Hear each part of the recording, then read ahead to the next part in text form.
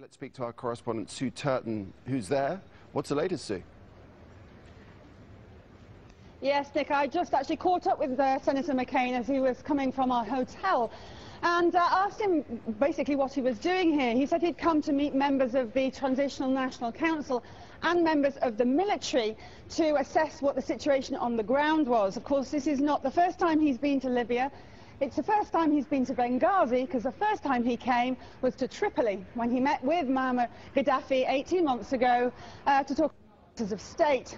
But I also asked him whether he had any concern about the sorts of people that were joining the opposition forces here to fight against Gaddafi forces. There have been other members of the Armed Services Committee and other senators who have expressed concerns that possibly extremists, possibly even Al-Qaeda, were fighting alongside these anti-government forces.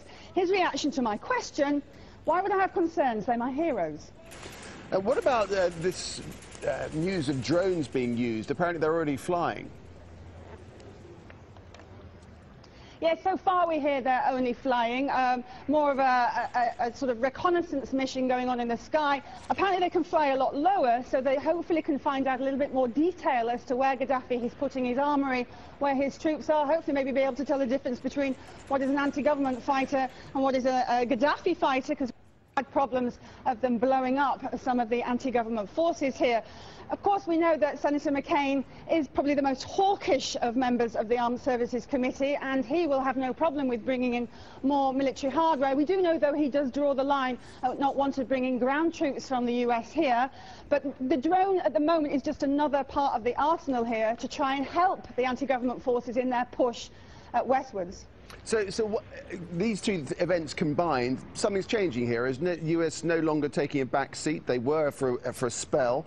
Now drones being deployed. McCain here. Is this a sign of growing frustration about the lack of progress in Libya? I think there's definitely a real growing frustration, as you call it. We do know that Hillary Clinton, the Secretary of State, is saying almost a shopping list of the things that they want to provide here if they get approval to help the anti-government forces on the ground. That's anything from extra uniforms to boots for the troops to helping, again, trying to get more communication equipment. We see all the time a lack of communication equipment at the front line. Some of the time they're still using people to run back and forwards from the front line to deliver messages rather than using the new radios that they have, because they are still very few and far between.